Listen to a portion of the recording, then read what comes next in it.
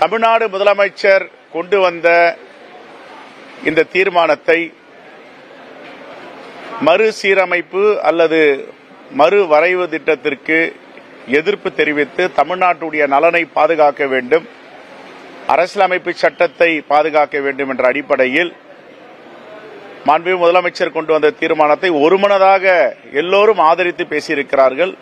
இதுதான் இன்றைய காலகட்டத்தில் தமிழ்நாட்டிற்கு தேவையானது என்பதை நாம் உணர்கிறோம். இந்த வகையில் காங்கிரஸ் கட்சியின் சார்பாக அனைத்து கட்சி தலைவர்களுக்கும் மனமார்ந்த நன்றியை தெரிவித்துக் கொள்கிறோம்.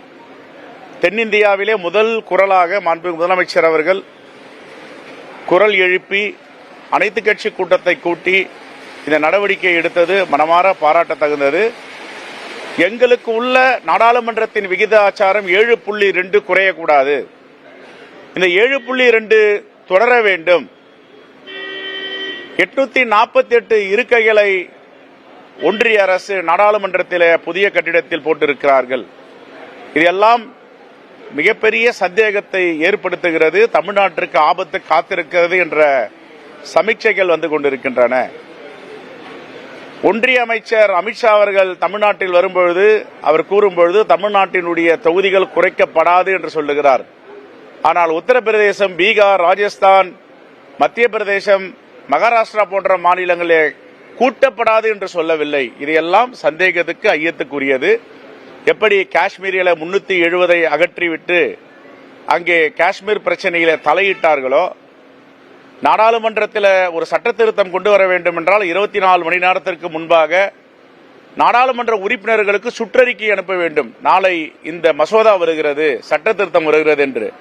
ஆனால் புதிய வேளாண்மை சட்ட திருத்தத்திற்கும் 370 காஷ்மீரில நடைமுறைப்படுத்துவதற்கு அகற்றுவதற்கு எடுத்த நடவடிக்கைகளை அவர்கள் ஒருபோதும் தெரிவிக்காமல் திடீரென்று சட்டமாக்கினார்கள்.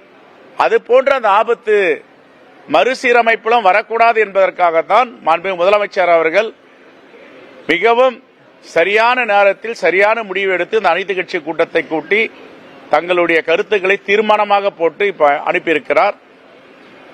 நாடாளுமன்றத்தில் பிரதமர் நரேந்திர மோடி அவர்கள் எந்த காலத்திலும் இந்த மறுசீரமைப்பில் தென் மாநிலங்கள் குறிப்பாக தமிழ்நாட்டிற்கு பாதிப்பு வராது என்று அவர் அறிவிக்க வேண்டும்.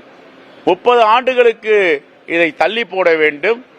அரசியலமைப்பு சட்டத்தை இந்த மறுசீரமைப்புக்கு திருத்த வேண்டும் என்று பல கோரிக்கைகளை முன்வைத்து இந்த தீர்மானத்தை நிறைவேற்றி இருக்கிறோம்.